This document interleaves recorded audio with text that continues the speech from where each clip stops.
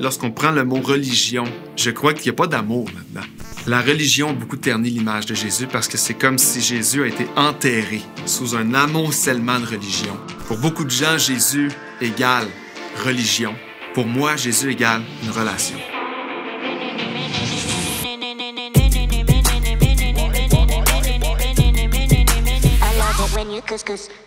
C'est vrai, on fait le bandagement de blanc. Je peux pas me tourner plus.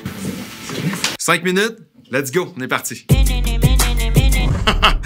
C'est mes parents qui ont choisi ce nom-là. Initialement, j'étais supposé t'appeler Philippe, puis le compromis que mes parents ont fait, c'est Jean-Philippe. Papa de 2 enfants, je suis marié depuis maintenant une douzaine d'années, puis dans la vie, moi, je suis un pasteur.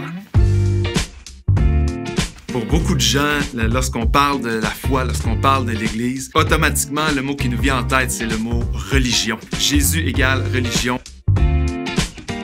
C'est très normal. Puis pour plein de gens, on pense à l'Église. Culturellement, c'est la religion. Ça, c'est juste une liste de choses à faire et de choses à pas faire. Fais ci, fais ça, fais pas ci, fais pas ça. Mais ce qui est fascinant, c'est que les enseignements de Jésus, l'aspect de religion, l'aspect religiosité, ne se trouve pas du tout dans ce que Jésus a enseigné. Pendant tout le ministère de Jésus, toute la durée de son ministère, les gens que Jésus a le plus confrontés, c'était les gens qui étaient religieux. Les gens qui savaient exactement quoi dire, quoi faire parfaitement. Puis c'est ces gens-là qu'on associe avec la religion. Pourtant, c'est les gens que Jésus a le plus confrontés. Ce que tu dis est quand même assez vrai, dans le sens que c'est 2000 ans de traditions humaines qui se sont ajoutées autour des enseignements de Jésus. Toutes sortes de traditions. Puis après des années, après des siècles, c'est devenu des choses qui pour nous sont la vérité. C'est ça la religion. Pourtant, quand tu reviens à la base, quand tu reviens au tout début, ces choses-là qui, au fil des siècles, se sont ajoutées, sont juste absentes dans le message de Jésus. Moi, je crois que la religion est un piège très subtil à la foi. Ce qui est l'endroit où moi je crois que c'est opposé aux enseignements de Jésus, c'est que c'est focalisé sur l'extérieur, la façade, ce qui est vu. Pour Jésus, c'est pas ce qui paraît qui est important, c'était le cœur qu'on voit pas derrière. Et c'est là que Jésus a confronté les religieux. Parce que les religieux étaient en façade seulement. Puis Jésus va tellement les confronter qu'il va leur dire, en fait, l'extérieur est parfait, mais l'intérieur, vous êtes pourris à l'intérieur. Il va leur dire, à l'intérieur, votre cœur est dur, vous n'avez pas d'amour pour les gens, vous n'avez pas de compassion pour les gens, vous repoussez ceux que vous êtes supposés servir, vous ne servez pas ceux que vous êtes supposés aider, mais de l'extérieur, tu les regardais qui étaient parfaits. La religion a toujours été à distance. Les religieux ne voulaient pas rien avoir à faire avec les gens qui étaient des gens de mauvaise vie, des criminels, des prostituées. C'était des gens qui pointaient du doigt et qui les mettaient loin. Jésus fait complètement l'inverse. Jésus ne mettait pas les gens loin. Jésus se rapprochait des gens, s'assoyait avec eux. Jésus est allé manger dans leur maison, puis bâtissait des ponts relationnels avec eux. Les gens étaient choqués de ça. Ce que Jésus faisait, je veux dire, c'est ce qu'on est appelé à faire encore aujourd'hui.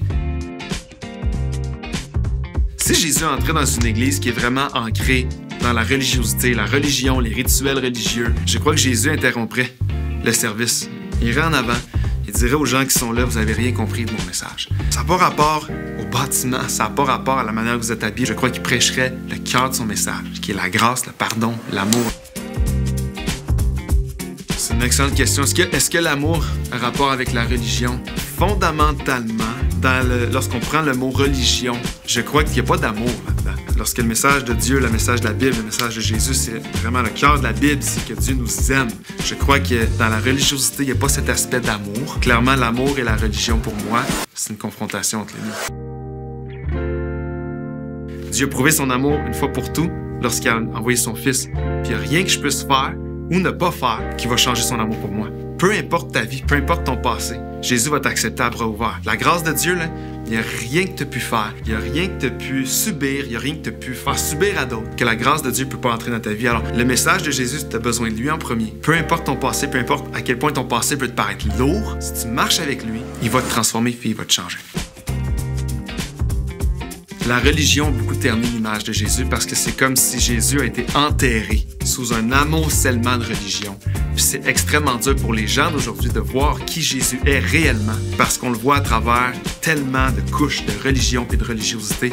En fait, c'est qui Jésus? En fait, c'est quoi réellement son message? Moi, ce que je dirais à quelqu'un, c'est donne une chance à Jésus, enlève toutes ces couches-là, retourne au cœur du message. Pour qui est Jésus? C'est quoi son message? Pas le message de l'Église que tu penses connaître, pas le message de l'histoire de l'Église. Va voir le message de Jésus. I love it when you